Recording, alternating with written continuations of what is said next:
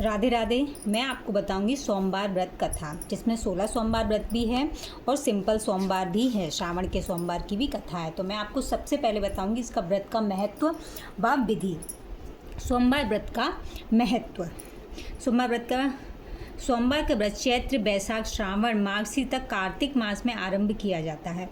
श्रावण मास में सोमवार का व्रत करने का अधिक महत्व है। भविष्य पुराण के अनुसार चैत्र शुक्ल अष्टमी को सोमवार और आर्द्र नक्षत्र हो तो उस दिन से सोमवार का व्रत आरंभ करना अति शुभकारी होता है। ग्रहण में हवन, पूजा अर्चना व दान करने से जो पुण्य फल प्राप्त होता है, ग्रंथों पुराणों के अनुसार सोमवार का व्रत करने वाले को वैसा ही शुभ फल मिलता है। चैत्र मास में सोमवार का व्रत करने से गंगा स्नान के समान, बैसाख मास में कन्यादान के समान, ज्येष्ठ मास में पुष्कर में स्नान करने के समान, आषाढ़ मास में यज्ञफल के समान और श्रावण में अश्वमेघ यज्ञ के समान, भाद्रपद मास में गोदान के समान, अश्विन मास में सूर्य ग्रहण में कुरुक्षेत्र के सरोवर में स्नान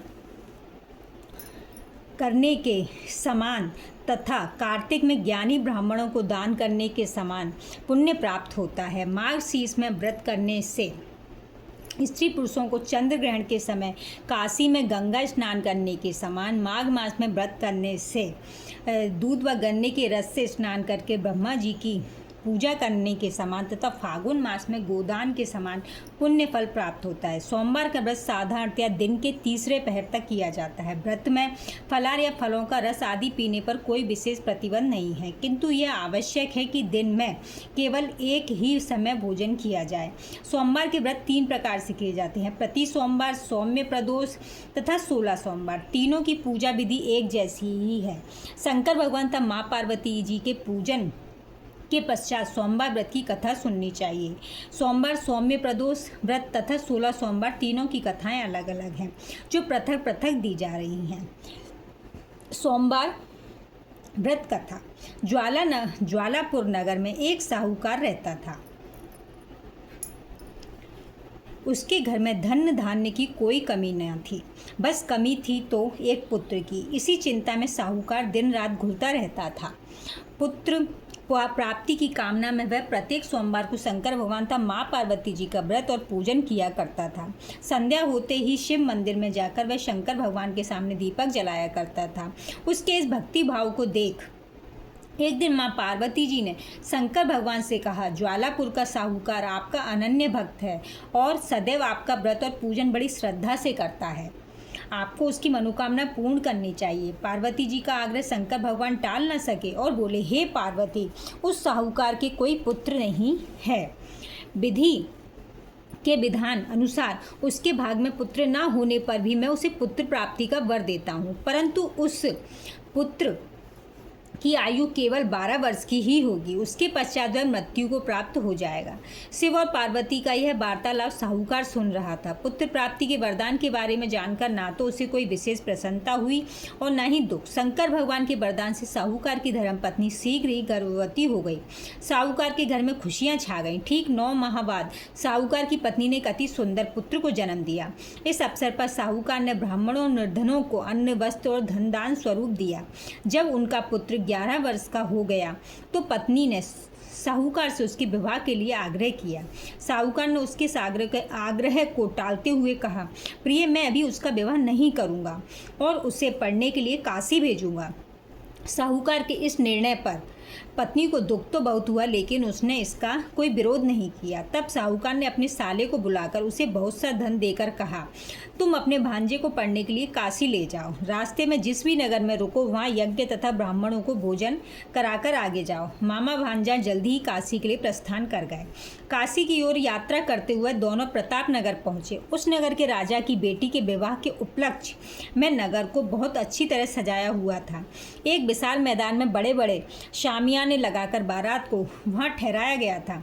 दोनों मामा भांजे उस बारात को देखने गए।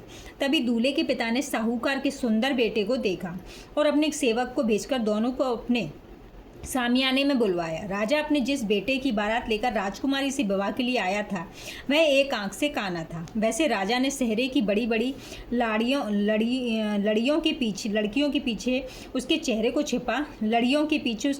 छिपा दिया था, लेकिन वह इस बात से बहुत चिंतित था कि उसके बेटे के काने होने का पता राजा को चल गया तो वह विवाह से इनकार कर देगा और बारात वापस लौटा देगा। वर के पिता ने मामा भांजे को जब सारी बात बताकर बार बार उस लड़के को दूल्हा बनाने का आग्रह किया तो मामा ने स्वीकार कर लिया और साहूकार के बेटे को दूल्हा बनाकर राजा की बेटी से विवाह करा दिया गया। फेरों और कन्यादान का कार्य समाप्त होने पर बारात वापस सामियाने में पहुंच गई। केवल साहूकार का बेटा वहीं रह गया। साहूकार का बेटा जब सुबह उठा तो उसने वहां से निकलने से पहले पलंग पर सोई हुई राजकुमारी की ओढ़नी पर एक कागज लगा दिया। उस कागज पर उसने लिखा था, तुम्हारा विवाह तो मेरे साथ हुआ है, परंतु जिस दूल्हे के साथ तुम्हें विदा किया जाएगा वह कान्हा है।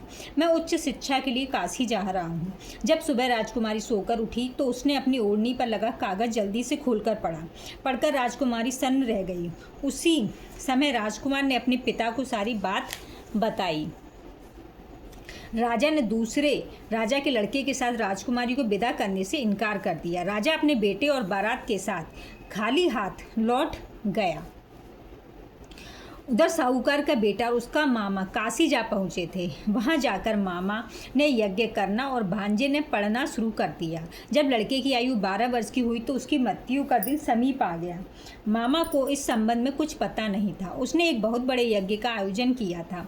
यज्ञ अभी चल ही रहा था कि लड़के ने अपने मामा से कहा, मेरी तबीयत कुछ खराब हो रही है मामा जी, मैं कुछ देर आराम करना चाहता हूँ। आप यज्ञ का कार्य पूरा कराते रहिए। लड़का अपने कक्ष में जाकर लेट गया।